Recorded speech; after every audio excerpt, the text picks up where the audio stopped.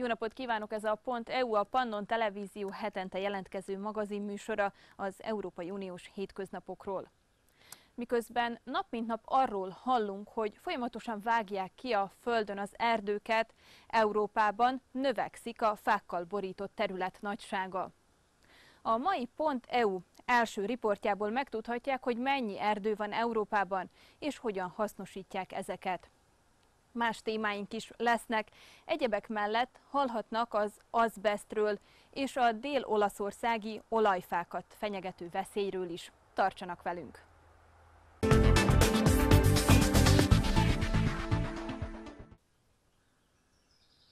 Az Európai Parlament idén új erdőgazdálkodási politikát fogadott el. Ennek része egyebek mellett az erdők fokozott védelme és a fiatal erdészek támogatása. Műsorunk első riportjában a Europal TV újságírója egy belgiumi erdőbe kalauzolja el önöket, ahol megmutatja, hogy hogyan is segít az Európai Unió.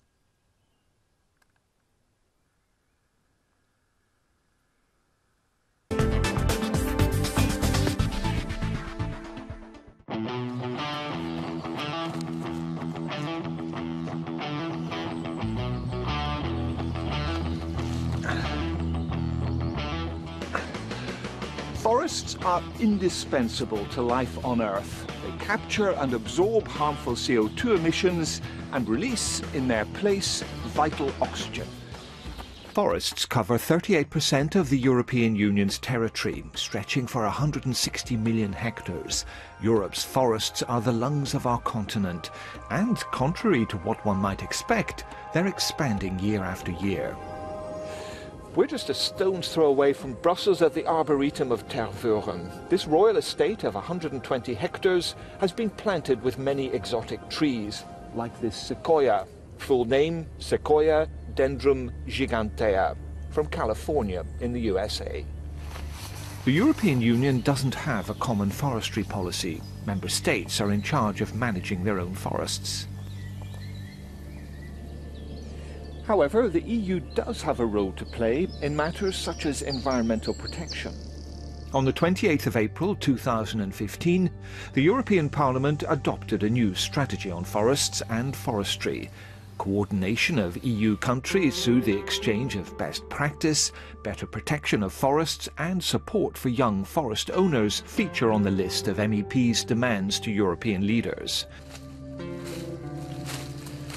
We're now in the Sonyon forest beside the Arboretum. This is a small part of the EU's Natura 2000 programme to protect Europe's natural habitats and biodiversity. Natura 2000 is a set of 26,000 protected sites in Europe. Through this network, the EU obliges member states to protect threatened habitats, animals and plant species, without entirely ruling out economic activities, provided they're compatible with the conservation of flora and fauna. 100 kilometres to the south, here too the EU is active, but this is a working forest and the challenge is to combine its protection with the exploitation of its natural resources. The Common Agricultural Policy is a source of funding for forests. During the period 2007 to 2013, the EU's investments totaled €5.4 billion. The development of the forestry sector is a priority. The EU invests in the marketing of forestry products, in forestry techniques, and in the creation of woodlands, but also in the prevention of forest fires and in repairing the damage caused by them. The European Parliament recognises that the forestry sector employs 3 million people in Europe. To ensure that those jobs continue, it's necessary for some sort of pooling through, for example, instruments like the European Agricultural Fund for Rural Development. Good quality wood is essential in the construction of environmentally friendly houses. This is a growth market for the wood industry. François, expliquez-moi s'il vous plaît comment est l'état de votre industrie et pourquoi. L'industrie du bois en Wallonie est composée d'environ 18 500 emplois. Ça fait 13 000 salariés et environ 5 500 indépendants. On peut compter un chiffre d'affaires annuel de 4,5 milliards et on peut estimer la surface forestière en Wallonie à environ 550 000 hectares. un des principaux débouchés pour le secteur bois en Wallonie, c'est le secteur de la construction. C'est un secteur qui pour le moment a un peu de difficultés, mais qui en principe est appelé normalement à un bel avenir, parce que le bois est un matériau, je veux dire, qui est apte à remplir un certain nombre de défis, que ce soit techniques ou commercial, je veux dire, dans le futur. The environmental aspect is something to consider too. In Europe, the main source of renewable energy is biomass. And biomass is partly timber from our forests. Sustainable forest management has a positive effect on biodiversity, mitigating the effects of climate change and reducing the risk of forest fires and insect damage. The European Parliament has made its mark on the EU's forestry policy. Members of the European Parliament have been active in issues like biomass, wood for fuel, and a common agricultural policy for forests. These images of forests cover the period from 1900 until today. We can see clearly that the forests are regaining ground. Yet another reason for conducting a smart policy.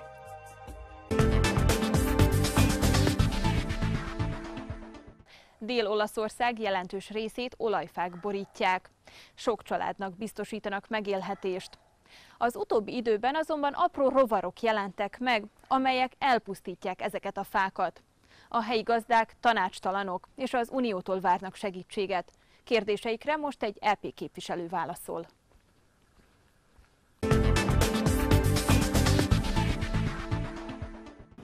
Un batterio misterioso si aggira per l'Europa, è trasmesso da un piccolo insetto che attacca gli alberi di ulivo della Puglia, disseccandoli fino alla morte. Questo batterio attacca solo gli ulivi, ma c'è chi teme che un giorno la xylella possa arrivare pure alla vigna e là sarebbe il mondo del vino in pericolo. Allora, come difendersi? Abbattere gli alberi di ulivo e sostituire queste piante centenarie con nuovi, giovani alberelli o cercare soluzioni naturali? Abbiamo chiesto a Paolo De Castro, un deputato pugliese, ma anche un professore di agronomia. Allora, onorevole De Castro, abbiamo tante domande che le faremo ascoltare subito, ma intanto ci può dire cosa l'Europa sta facendo per combattere la xylella fastidiosa, questo batterio micidiale che uccide gli alberi di ulivo?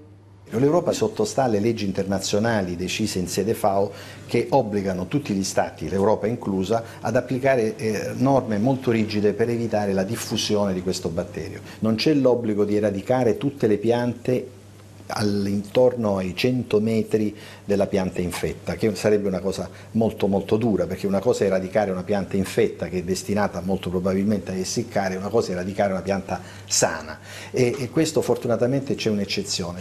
Allora le faccio ascoltare subito la prima domanda che viene da un sindacato francese. Sappiamo come i francesi sono molto preoccupati per un eventuale contagio alla vite. Bonjour, cher Paolo Di Castro. Quelles seraient les compensations possibles pour des producteurs impactés, puisque c'est un risque évidemment qui peut se propager ailleurs que dans les zones concernées. Merci. La sottospecie pauca, Xylella fastidiosa sottospecie pauca, attacca l'olivo, non attacca né la vite né gli agrumi.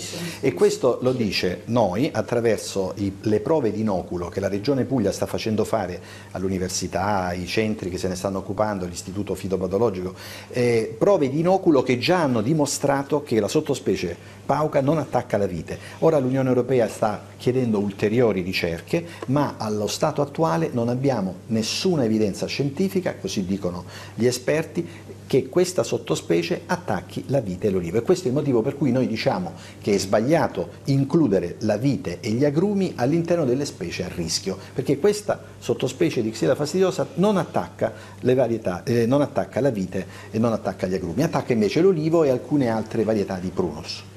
Prossima domanda. Ci troviamo nella zona castellana, epicentro del focolaio Gallipoli. Come potete ben notare, dietro alle mie spalle ci sono degli alberi d'olivo curati e altri non curati. E la differenza si nota a vista d'occhio. Abbiamo chiesto da circa 2 anni l'apertura della ricerca a 360 gradi, una ricerca multidisciplinare. Ad oggi la Regione Puglia ha chiuso le porte alla ricerca. Le uniche sperimentazioni empiriche sono state quelle effettuate da spazi popolari. Allora, ci sono degli agricoltori che sembra stiano salvando i loro alberi con metodi naturali. Lei ci crede a questi metodi alternativi? Bisogna fare qualsiasi cosa per evitare l'eradicazione. Credo che nessuno voglia eradicare un solo albero di ulivo. Però dobbiamo essere certi che non si tralasci nulla per evitare che questa maledetta malattia, questo batterio, si espanda in altre zone. Quindi la prima certezza, ed è una delle regole dei patogeni della quarantena, è bloccare l'espansione della malattia. Noi dobbiamo essere certi di bloccare l'espansione della malattia. Dopodiché, all'interno della zona infetta, quando siamo certi che non cammina più, che non avanza più, perché purtroppo in questi anni ha avanzato, perché la malattia era nata proprio lì a Gallipoli, poi dopo adesso si è estesa nel resto della provincia di Lecce, adesso addirittura abbiamo dei focolai a Brindisi, domani potrà arrivare a Bari e magari anche in Francia o in Spagna o in Grecia. Quindi la prima cosa è bloccarla, e per bloccarla dobbiamo mettere in atto delle regole molto severe. Dopodiché, all'interno della zona infetta, bisogna fare tutte le ricerche possibili, immaginabili, per garantire la salvezza, se mai si trovasse, di questi alberi ed evitare la radicazione. Esattamente come la decisione comunitaria prevede, trovare forme di convivenza con la malattia, dice la decisione comunitaria. L'ultima domanda viene da Coldiretti. Onorevole De Castro, le volevo chiedere, a suo avviso, quando sarà possibile poter sperimentare nuove varietà di olivo nell'area del Salento? Per noi è importantissimo poter immaginare un futuro nuovo con un'olivicoltura nuova e rinnovata nel Salento. Quando questo sarà possibile, a suo avviso?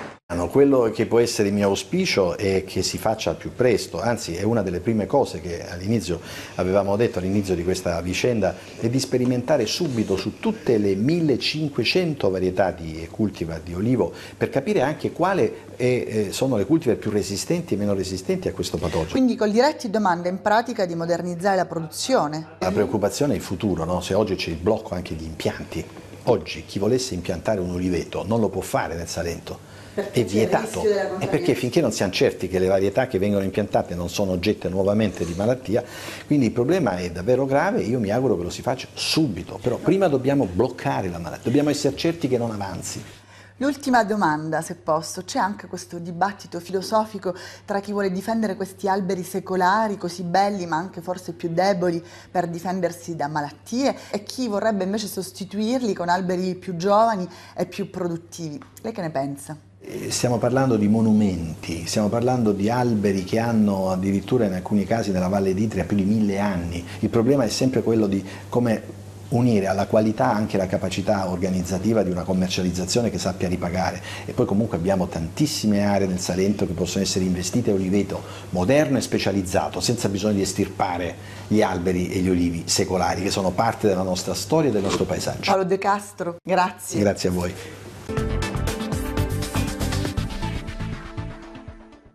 Az azbest méreg súlyos esetekben rákot is okozhat.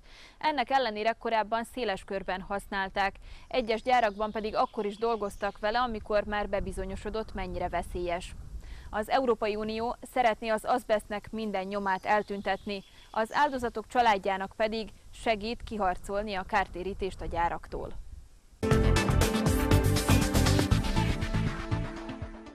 A graveyard in Belgium for Europe's rusting toxic tubs. Seen another way in this age of recycling, it's a birthplace of sound economic and ecological sense. Usable steel from old boats is big business. First, though, dismantlers have to remove a lurking danger: asbestos. The first protection is to the environment. When we are working, taking away the asbestos, that the fibers are not going out of the vessel. And then the second protection is the individual protection of the workmen. When this 50-year-old French destroyer is declared safe for the cutters, 30 to 40 tons of asbestos will have been removed. As you can see here, we have someone ready to go in. We create a location where our men can dress and undress before they are going inside of the containment, and when they are coming out, every time they take a shower and then they have to dress here in this room. Europe banned asbestos in 2005. Across Europe, a clean-up has been going on for decades, but many MEPs believe it hasn't gone far enough and are calling for new measures. Existing rules continue to ignore the fact that it's there, and workers will continue to come across it for decades to come. And the question of liability and compensation? Industry ran away for a long time from the responsibility it had to the workers who'd been exposed to asbestos. I hope companies are becoming more responsible, owning up to their responsibility. The evidence is very, very clear now. There's no argument that asbestos is not the cause of a wide range of ailments, particularly mesothelioma within the European Union. And they really have to come clean now and pay the necessary compensation. In a village near the Belgian city of Mons, an asbestos death count is taking place. A black dot for every person who worked with the material and died from an asbestos-related disease. That could be asbestosis when the lungs fill up with fibres, or mesothelioma, a rapacious cancer. The task is managed by Eric Jonker, co-chairman of the main Victims Association. Nous avons ici établi un registre de presque 130 noms de gens qui ne sont plus de ce monde parce qu'on leur a menti et ils ont été emportés par des maladies de l'amiante. Donc ça me touche de voir que dans les drames humains, il y a des gens qui osent se lever et qui osent dire non, même à des grands directeurs d'entreprise et à des grands capitaines d'entreprise. The men here came into contact with asbestos when they worked at a now-closed factory of the construction materials company Eternit. On peut faire ce qu'on veut et on ne saura jamais le faire payer assez. Mais je trouve que le gouvernement belge est responsable aussi. Parce qu'il n'y a pas que dans les usines d'amiante, dans les écoles, on a mis de l'amiante, tout ça, il y a eu des problèmes aussi. Mais eux, ils savaient.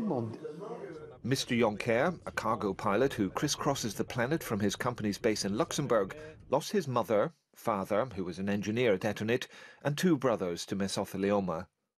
They lived in the shadow of the plant in Capelle op den Bosch. In 2000, his mother, Françoise, refused a compensation payment from the company of around €40,000 and launched instead a claim through the courts.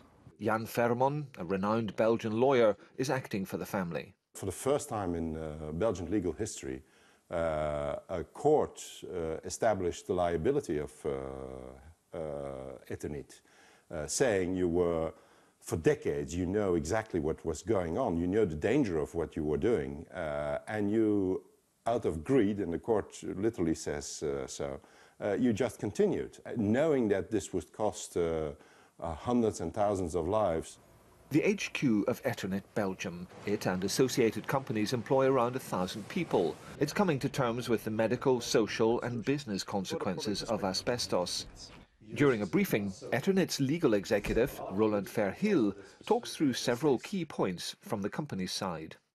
That many industries used asbestos beyond the construction industry, that the company stopped using asbestos worldwide even before the EU ban, that it doesn't deny the past, and that it supports medical research, a safe working environment and community programs. We have a past and we want to tackle the past, and that's the reason also we made a program and that we said, okay, it's not only about recognition of victims, it's broader than that. It's also about supporting medical research, it's also about our own premises, it's also about supporting the community where we can. And of the judge's findings against Eternit? We don't want to go into detail about the appeal, and I think that's something for this case. I think more important is to know what will Eternit do about the past. It's something that is coming closer, and we are trying to tackle it in a correct way. What next in the wider effort to remove asbestos? The European Parliament wants a series of measures to identify asbestos hotspots, improve training for anyone coming into contact with it, help for victim support groups, and a worldwide ban. No easy thing to do, especially when you're looking at high margins.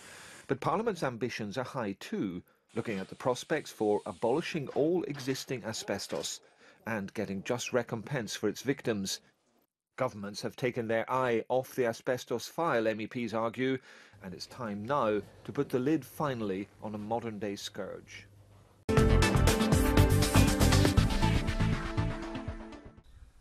A .eu-t, a Pannon Televízió Európai Uniós magazinműsorát látták. Egy hét múlva is várom Önöket, szombaton délután 6:30. Viszontlátásra!